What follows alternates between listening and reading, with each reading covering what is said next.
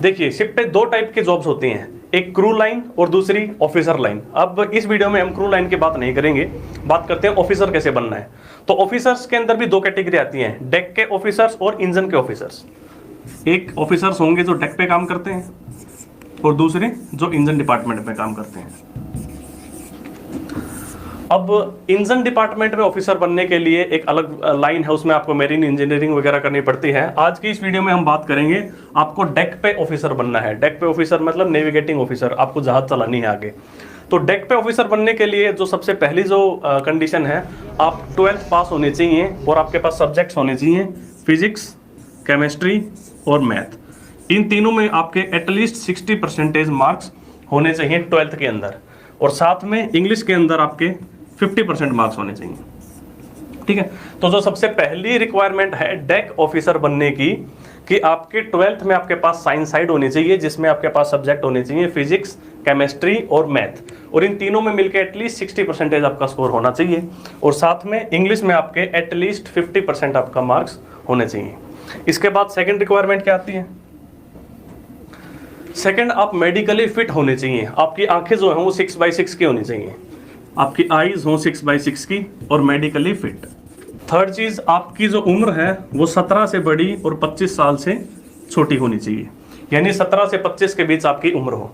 अगर ये सारी चीजें आपके अंदर हैं तो आप IMU का एग्जाम दीजिए।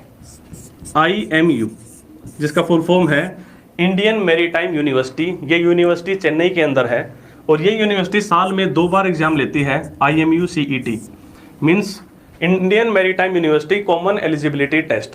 ये साल में 2 बार एग्जाम होता है, एक बार अगस्त बैच के लिए और एक बार फरवरी बैच के लिए। 2 बार एग्जाम होता है, एक बैच स्टार्ट होता है फेब में और एक अगस्त में। तो फेब में और अगस्त में जो बैचेस स्टार्ट होते हैं इनका नाम होता है DNS, leading to BSc in nautical science. DNS का फुल फॉर्म है डिप्लोमा इन नॉटिकल साइंस।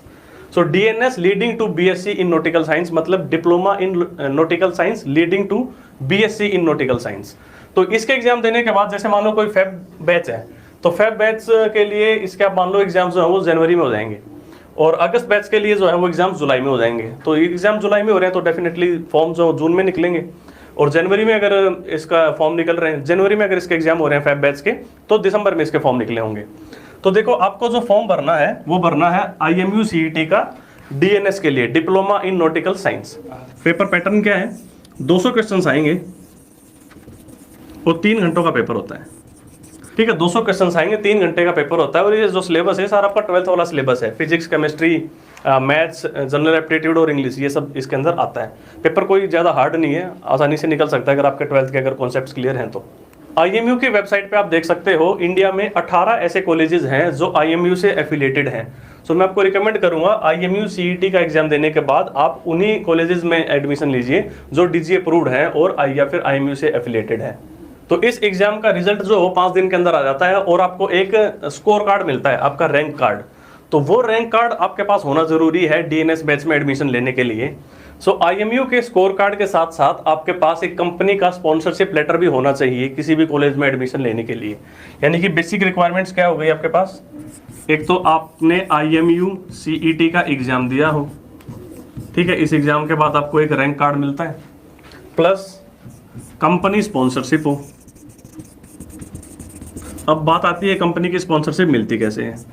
ठीक है, दोनों चीजें हो गई, IMU CET का एग्जाम प्लस में company sponsorship is equal to start of training या फिर एडमिशन इन कॉलेज। सो बहुत सारी शिपिंग कंपनीज हैं जो अपनी अपनी वेबसाइट्स पे डाल देती हैं कि हम कंपनी स्पॉन्सरशिप एग्जाम लेने जा रहे हैं, तो आप उनका वहां से फॉर्म भर के आप सिलेक्शन ले सकते हो, तो आपको कंपनी की स्पॉन्सरशिप मिल जाएगी। अदरवाइज होता है कि आप किसी कॉलेज को भी डायरेक्ट अप्रोच कर सकते हो। आप किसी कॉलेज में जाओ, उस कॉलेज का पहले एग्जाम दो, अगर वो कॉलेज आपको सेलेक्ट कर लेता है तो उस कॉलेज के अंदर खुद कंपनीज आती हैं बच्चों को सेलेक्ट करने के लिए। तो अगर एक बार कॉलेज ने आपको सेलेक्ट कर लिया, फिर कंपनीज आएंगी, उन कंपनी ने अगर आपको सेलेक्ट कर लिया और आपने IMU CET का एग्जाम दिया है, तो फिर वो कॉलेज आपको एडमिशन दे देगा और फिर आपकी ट्रेनिंग जो है वो स्टार्ट हो जाएगी। तो अब बात आती है इस ट्रेनिंग का नाम क्या है। देखिए, अब जो आप ये ट्रेनिंग स्टार्ट करते हो इसका नाम है 1 year deck cadet pre-sea course. 1 year deck cadet pre-sea course मतलब 1 साल का डेक कैडेट्स का, ठीक है। आप डेक पे ऑफिसर्स बनने जा रहे हो तो उसके लिए पहले ट्रेनिंग में आप डेक के कैडेट्स रहोगे। प्री सी कोर्स, प्री मतलब पहले, सी मतलब समुद्र, कोर्स मतलब कोर्स, यानी कि समुद्र पे जाने से पहले जो आप कोर्स करते हो वो। तो ये 1 साल का कोर्स होगा। अब इस 1 साल का जो कोर्स है, इनमें अलग अलग कॉलेजेस की अपनी अलग अलग फीस चल रही है। आज के टाइम आप मान के चलो नॉर्मली कम से कम 5 से 6 लाख रुपए इसकी 1 साल की फीस होती है। तो जैसे मैं अपने कॉलेज के बारे में अगर बात बताऊं, तो मैंने जो ट्रेनिंग की थी वो ARI से की थी, ARI दिल्ली 2007 बैच, यानी 2007 में स्टार्ट हुआ और 8 में पास आउट हुए। कौन सा बैच था ये? अगस्त बैच, ठीक है। ARI दिल्ली, ARI का फुल फॉर्म है अप्लाइड रिसर्च इंटरनेशनल।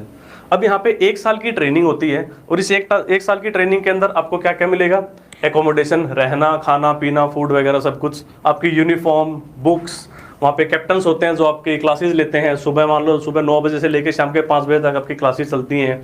दिन में आपको लंच वगैरह मिलेगा, शाम को PT टाइम होता है, सुबह PT होता है, शाम को स्पोर्ट्स टाइम होता है। तो एक तरीके से पूरी आपको ट्रेनिंग दी जाएगी। 1 साल में आपको सिलेबस पढ़ाया जाएगा कि अब आप शिप पे जाने वाले हो तो उनके इक्विपमेंट्स के बारे में थोड़ी बहुत चीज़ें बताई जाएंगी।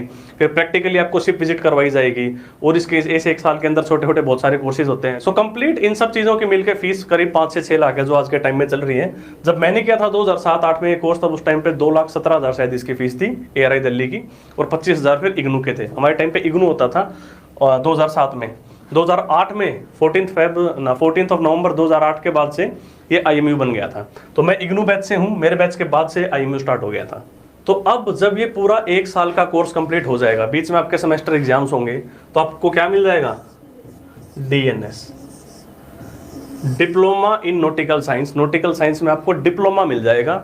और आपको इसके साथ साथ एक चीज़ मिलेगी जिसको हम बोलते हैं CDC। मैं आपको पिक दिखा देता हूँ मेरी CDC की। ऐसी होती है दिखने में, ये पुराने ज़माने की है, करीब 10-12 साल हो गए इन चीज़ों को। CDC का फुल फॉर्म होता है कंटिन्यूस डिस्चार्ज सर्टिफिकेट। बस ये जो CDC है ये ज़रूरी होती है किसी भी शिप पे चढ़ने के लिए, यानी ये एक प्रूफ है कि आपने वो सारे बेसिक कोर्सेज कर रखे हैं। इसके अंदर ये आई कार्ड की तरह दिखती है, गवर्नमेंट शिपिंग ऑफिस का ठप्पा हुआ, ये आपका CDC नंबर।